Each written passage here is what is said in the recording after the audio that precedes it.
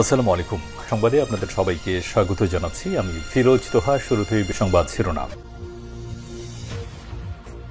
বাংলাদেশের সর্বশেষ গুরুত্বপূর্ণ আপডেট সংবাদে আপনাকে স্বাগত। শুরুতেই সংবাদ শিরোনাম, পরে বিস্তারিত।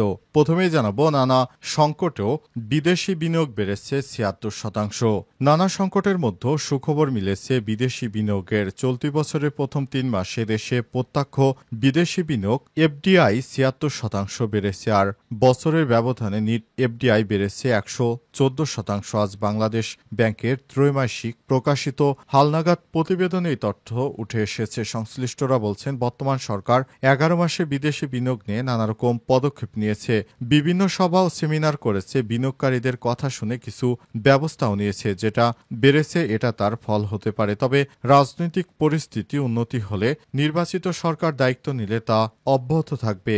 যে দলই ক্ষমতা আসুক না কেন, বিনিয়োগ পরিবেশের দিকে নজর দেন।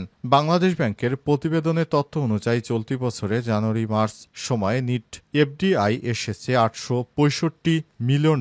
এর আগে ৩ মাসে অক্টোবর-ডিসেম্বরে এসেছিল $৪৯০ মিলিয়ন। গাজায় ইসরায়েলি হামলায় আরও নতুন করে ৮২ জন নিরীহ ফিলিস্তিনি নিহত। আজ আল জাজিরার এক প্রতিবেদনে বিষয়টি নিশ্চিত করা হয়েছে। আজ ভোর থেকে এই হামলা চালিয়ে যাচ্ছে ইহুদিবাদী ইসরায়েলি সেনারা। এর মধ্যে ১৫ জন মানুষ ত্রাণ নিতে গিয়েছিল। তাদের সেই ত্রাণ নিতে যাওয়া লাইনে দাঁড়িয়ে থাকা অবস্থায় গুলি করে হত্যা করা হয়েছে। এরপর জানাবো, সত্য সাপেক্ষে গাজায় যুদ্ধবিরতিতে রাজি হয়েছে নেতানিয়াহু। ইসরায়েলের প্রধানমন্ত্রী বেঞ্জামিন নেতানিয়াহু বলেছেন, গাজা যুদ্ধের অবসান ঘটাতে হামাসের সাথে একটি স্থায়ী চুক্তি করতে প্রস্তুত ইসরায়েল, তবে এজন্য শর্ত দিয়েছেন তিনি। খবর আরব নিউজের। এদিকে ইরানকে পরাজিত করে ইসরায়েল নজিরবিহীন শক্তি দেখিয়েছে বলছে সৌদি আরবের এক মুসলিম নামধারী সাংবাদিক। সৌদি আরবের সিনিয়র সাংবাদিক আব্দুলাজেজ আল খামিজ বলেছেন, ইরানকে পরাজিত করার পর ইসরায়েল এখন নজিরবিহীন শক্তিশালী, তারা সামরিক আধিপত্যের অধিকারী। আজ মিডল ইস্ট আয়ের এক প্রতিবেদনে এই তথ্য জানানো হয়েছে। প্রতিবেদনে বলা হয়েছে, সম্প্রতি ইসরায়েল সফরে গিয়ে এক অনুষ্ঠানে অংশ নেন সাংবাদিক আব্দুলাজিজ আল খামিজ, যেখানে তিনি ইসরায়েল এবং আরব দেশগুলোর মধ্যে খোলামেলা সম্পর্ক গঠনের সম্ভাব্য চুক্তি নিয়ে আলোচনা করেছেন এবং ইহুদিবাদী ইসরায়েলকে আহ্বান জানিয়েছেন। জানাবো এবার ট্রাম্পের বিরুদ্ধে $2 কোটি ক্ষতিপূরণ মামলা। এবার ট্রাম্প প্রশাসনের বিরুদ্ধে $2 কোটি ক্ষতিপূরণ মামলা করেছে যুক্তরাষ্ট্র প্রো প্যালেস্টাইন বা ফিলিস্তিনপন্থী আন্দোলনের শীর্ষ নেতা এবং কলম্বিয়া বিশ্ববিদ্যালয়ের সাবেক শিক্ষার্থী মাহমুদ খলিল। তিনি অভিযোগ করে বলেছেন, অভিবাসন এজেন্টদের হাতে বেআইনি গ্রেপ্তার, আটক হয় তিনি চরম মানসিক যন্ত্রণা, আর্থিক ক্ষতি এবং সম্মানহানির শিকার হয়েছেন। খবর প্রেস টিভির।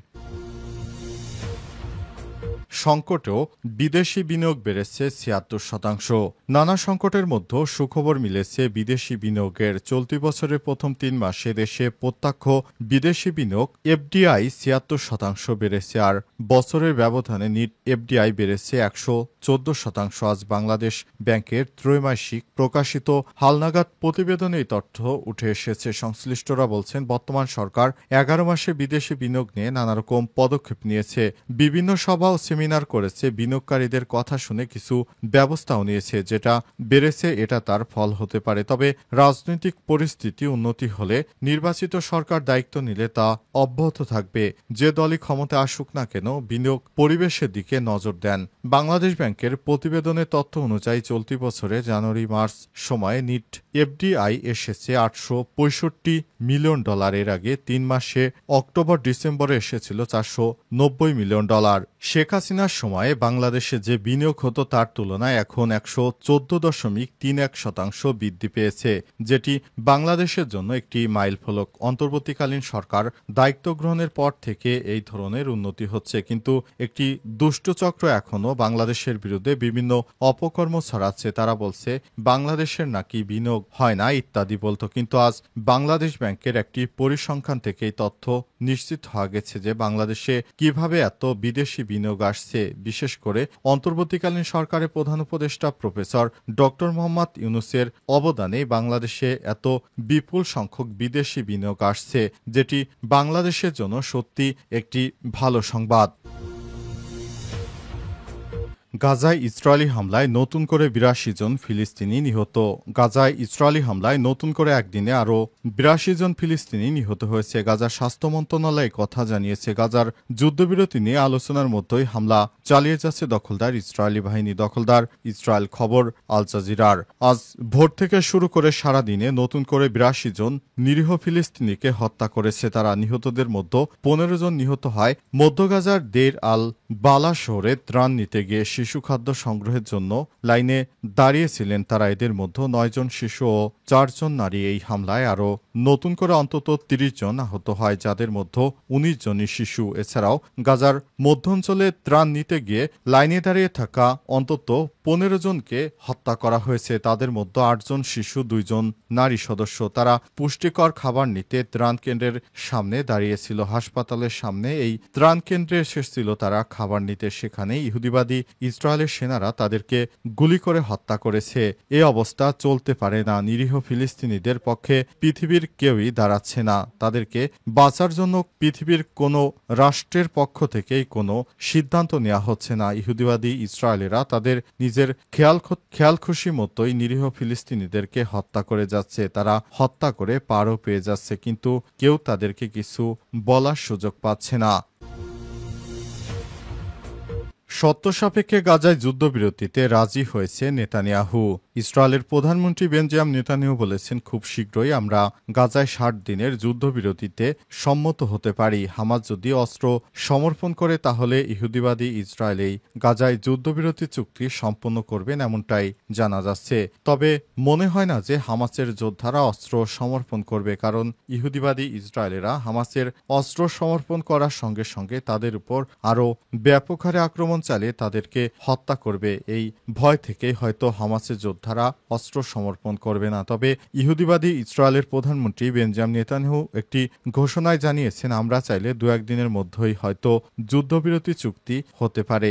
জিম্মিদের মুক্ত করার পাশাপাশি নেতানিয়াহু এখন চাইছেন ৬০ দিনের যুদ্ধবিরতি করতে। ৬০ দিনের যুদ্ধবিরতির মাধ্যমে পর্যায়ক্রমে ট্রাম্পের কথা মতো ধীরে ধীরে তারা পূর্ণ যুদ্ধবিরতিতে যেতে চায়। তবে ইহুদিবাদী ইসরায়েলের প্রধানমন্ত্রী যে স্বপ্ন দেখছেন সেটি হয়তো বাস্তবে কখনোই সম্ভব নয়, কারণ ট্রাম্প প্রশাসন একবার জানিয়েছেন যে এই যুদ্ধবিরতি হয়তো কার্যকর হচ্ছে না, কারণ গাজায় হামাসের যোদ্ধাদেরকে যখনই অস্ত্র সমর্পণের কথা বলা হচ্ছে তারা এটি মেনে নেবে না হয়তো, কারণ তারা মনে করে তারা যদি অস্ত্র সমর্পণ করে তাহলে তাদের উপর আরও বেশি অত্যাচার নেমে আসবে। এ কারণে তারা ইহুদিবাদী ইসরায়েলিদের কথায় অস্ত্র সমর্পণ করবে না। অবস্থা চলতে থাকলে তাহলে গাজায় আর যুদ্ধবিরতি হয়তো কাজ করবে না, এমনটাই মনে হচ্ছে। ইরানকে পরাজিত করে ইসরায়েল নজিরবিহীন শক্তিশালী হিসেবে নিজেদেরকে প্রতিষ্ঠিত করেছে বললেন এক সৌদি আরবের মুসলিম সাংবাদিক। সৌদি আরবের সিনিয়র সাংবাদিক আব্দুল আজিজ আল খামিস বলেছেন, ইরানকে পরাজিত করার পর ইসরায়েল এখন নজিরবিহীন সামরিক আধিপত্যের অধিকারী। আজ মিডল ইস্ট আয়ের প্রতিবেদনে এই তথ্য প্রকাশ করা হয়েছে। প্রতিবেদনে বলা হয়েছে, সম্প্রতি ইসরায়েলের সফরে গিয়ে এক অনুষ্ঠানে অংশ নেন সাংবাদিক আব্দুল আজিজ আল খামিস, যেখানে তিনি ইসরায়েল এবং আরব দেশগুলোর মধ্যে খোলামেলা সম্পর্ক গঠনের প্রস্তাব চুক্তি নিয়ে আলোচনা করেছেন এবং এ সম্পর্ক স্বাভাবিক করার আহ্বান জানিয়েছেন। আল খামিস আরও বলেছেন, তিনি আরও বলেন, ২০২০ সালে ইসরায়েল ও ৪টি আরব দেশের মধ্যে খোলামেলা সম্পর্ক গড়ে তোলার জন্য যে চুক্তিসমূহ স্বাক্ষরিত হয়, যা আব্রাম চুক্তি নামে পরিচিত, তাই অঞ্চলকে অগ্নিগর্ভ হয়ে ওঠা থেকে রোধ করতে পারে। এই চুক্তির আলোকে প্রেসিডেন্ট ডোনাল্ড ট্রাম্পের উদ্যোগে স্বাক্ষরিত এবং ইসরায়েলের যেসব দেশের সঙ্গে স্বাক্ষর করা হলো তা হল সংযুক্ত আরব আমিরাত, বাহরাইন, মরক্কো ও সুদান। ইহুদিবাদী ইসরায়েলকে এবার সরাসরি সহায়তা করছে পৃথিবীর এই নামধারী মুসলিম রাষ্ট্রগুলো। তারা সৌদি আরব, দুবাই সহ বিশ্বের বড় বড় মুসলিম রাষ্ট্রগুলো এখন ইহুদিবাদী ইসরায়েলের পা চাটতে শুরু করেছে। এটি শুনতে খারাপ লাগলে এটাই বাস্তব। তারা নিজেদেরকে এমনভাবে প্রতিষ্ঠিত করছে, তারা নতুন করে ইহুদিবাদী ইসরায়েলের সঙ্গে হাত মেলাতে শুরু করেছে।